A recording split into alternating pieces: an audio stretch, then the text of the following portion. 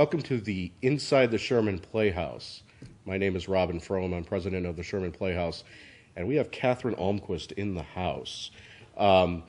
She started in this area. You probably have seen her in some shows in Kent and at the Playhouse. I had the privilege of acting with her in The Inspector Calls. She has also been in Dangerous Liaison. Thanks for coming, Catherine. Oh, it's my pleasure, Robin. I appreciate it. Catherine, why don't we start off with your migration, we'll call it, to Chicago? All right. My migration to Chicago. I was born in Joliet, Illinois, and I knew at a very early age that Joliet and I would be parting ways. I left, probably when I was 21 and moved to Chicago. I was greener than grass. Shared an apartment with someone I knew from college and worked at Carson Peary Scott for Estee Lauder and Company. It was very new, it was very exciting. There was a theater company, young theater company, did a few shows with them and got into modeling. Did some work for Victor Skripneski, which I'm proud of to this day. Enjoyed that very much, and knew that I always wanted to move to New York. I had been to New York for a few times, just visiting, and I remember it was an Easter Sunday afternoon when I should have gone home. God knows why I didn't. And I thought, if I don't make this move now, I never will. I planned it out. I saved my money for 6 months, and when I moved, I had $2,000. I had a friend there, my friend Jennifer Owen. I stayed with her for 2 weeks, and at the end of 2 weeks, I had a job. I had an apartment, and now I've just entirely glossed over Joliet and Chicago. I'm running through New York very quickly. Well, let's show some photos that Catherine provided for us. These are in Chicago? These are in Chicago, yes. I was 23 at the time, and I did not want to give my age because I thought it was just so old. And that's a great dippity-doo. In fact, I believe it was for some product that you put on your hair and your hair would not move in any windstorm. Tell us about your likes and dislikes of this business of modeling. Oh, it's probably the most anxiety producing in the world. And am I pretty enough? I would not advise it. I really frankly wouldn't advise it for any young woman. I think it's fine if you've got to have a real very strong head on your shoulders, but it's just difficult. It's just difficult. There's always someone else. It's always, am I pretty enough? You have to have such a strong core and such a strong center. And there are just so many people. It's not like the theater where you can age, hopefully, into other roles. It's definitely, no, it's Do you feel that it lends itself to going into the theater or keeping up with the theater and doing both at the same time? Yeah. There's no doubt that being in front of a camera gives you wonderful experience. Learning about lighting, yes, movement, definitely, okay. Absolutely. Great. Now, Chicago theater. Chicago theater at that time was very exciting. That was when St. Nick was starting.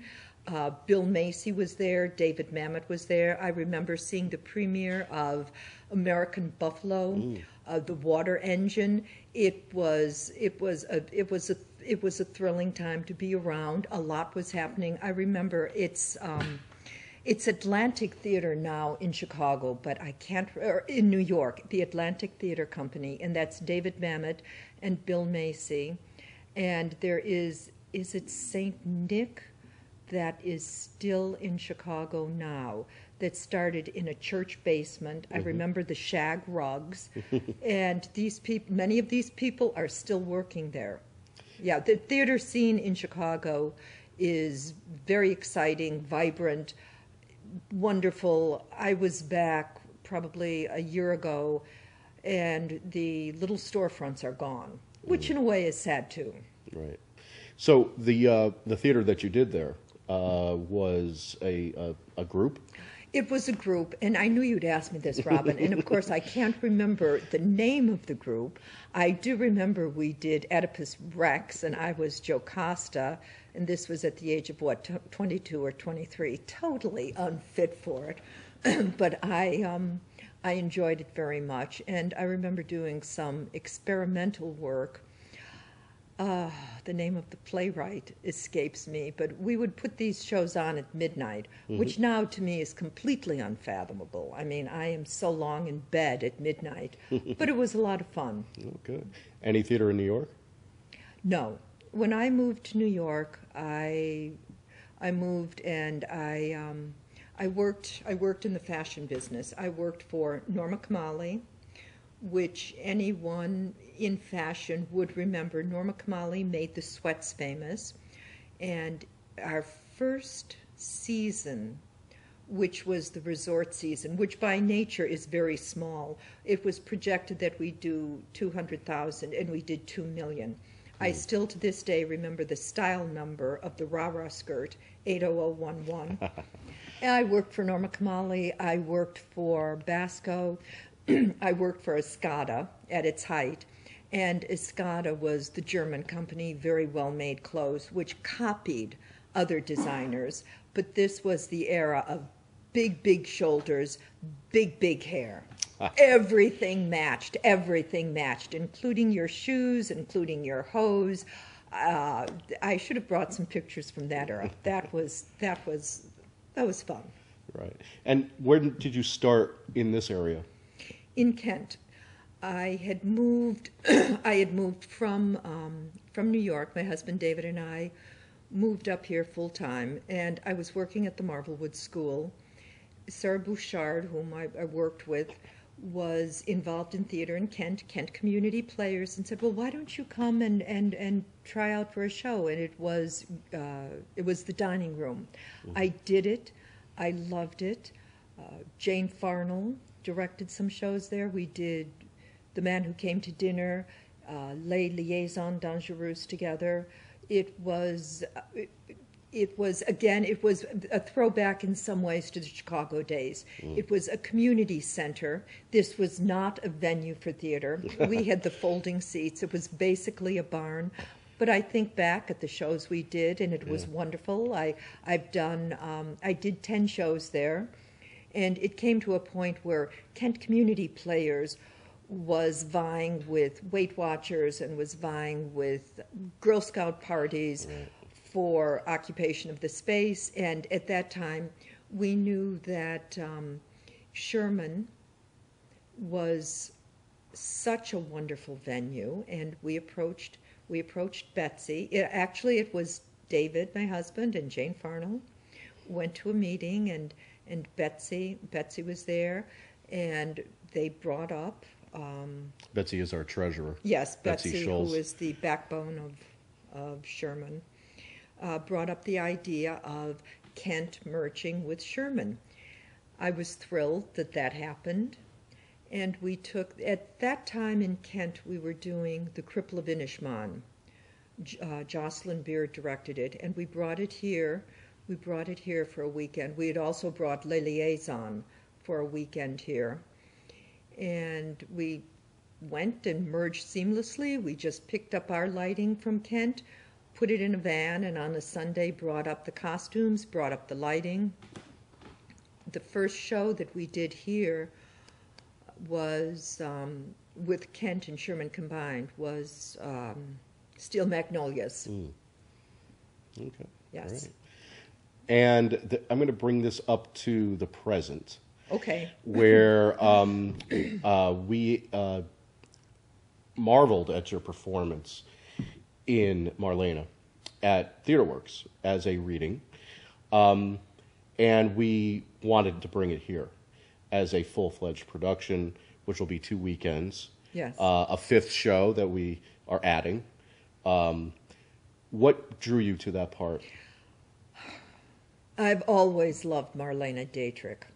From the time I was a little girl, I loved old movie stars. I loved Greta Garbo. I loved Vivian Leigh. I loved Marlene Dietrich. I have seen every movie she's ever done, almost without exaggeration, and recently have been watching them again. And Joe Russo emailed me and said, would you be interested in doing a reading? And I said, yes, absolutely, under one condition. I will memorize the script. There is no way that I am going to do Marlene Dietrich in reading classes. And I did. He was wonderful. Bill Hughes was there every step of the way. Bill Hughes will be directing it here. And we had a dress very similar to the dress Marlene wore in her cabaret performances, and I think the dress sparked the whole thing. And that was the end of July last year, and brought it up to the board. And I am extremely honored that the board said yes, go ahead. So I have the privilege of doing that again. I get another crack at it, 6 more performances. Excellent. Which will be happening after See How They Run, which is our next production. And so, the script. Did you fall in love with the script? Oh, I absolutely fell in love with the script. This is Marlene in her early 70s. She's 72 years old when this takes place, and it takes place in Paris in the 70s, and it's one of her last cabaret performances. It's backstage. It's not a musical. And this is Marlene before she goes out, and she was such a public figure, and she was always so conscious of her appearance and of the persona that she represented. And I remember hearing her say, well, if you have stage fright, by all means, you should find another profession. An actor should never have stage fright. And she was crippled by stage fright. She was terrified before she went on. And you see Marlene, you see that side of her. You see the everyday Marlene who would scrub clean her dressing room. She would do this herself. She did not trust anyone else to do this. Her deep affection for her friend Vivian, who is assisting her on this. You see her switch to Marlene, the persona, when she has an interview. She is, to the end, she was always conscious of being Marlene. And when she could no longer be Marlene, she withdrew and she became a recluse. Right.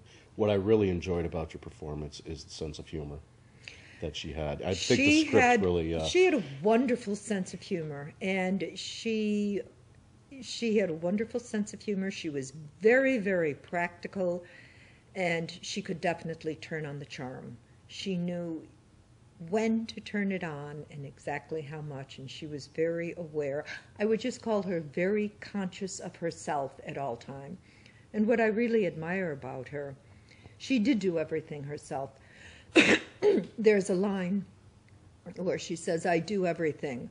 I make all the arrangements. I pay all the bills. And she did. She never depended on anyone. She had a husband whom she cared for. She paid for him, but she did everything herself. She was truly a remarkable woman. How did you, you really did the accent, it's justice. And so for that stage dialect, how did you prepare? That I listened to her. She certainly did not have a heavy German accent. She really did not have a German accent at all. It was very continental. She spoke French fluently. Her English, she had a little bit of a speech. It would be Greta Garbo, Austrian. Little bit of a funny thing there, but it was very continental. Her diction was very crisp. It was a blend. It was just a European smoky blend is the best way I can think of to describe it. Wonderful. I'm looking forward to it. I miss directing you. Oh, I loved being in The Maids. I loved that. And that was a really great experience of mine. So I'm looking forward to this. For more information on Marlene, please go to our website at shermanplayers.org. and you'll get all the information. Thanks for coming, Catherine. Oh, it's my pleasure. Thank I really you, Robin. appreciate it. Thank you And very join us much. again for Inside the Sherman Playhouse, where we will interview another local celebrity.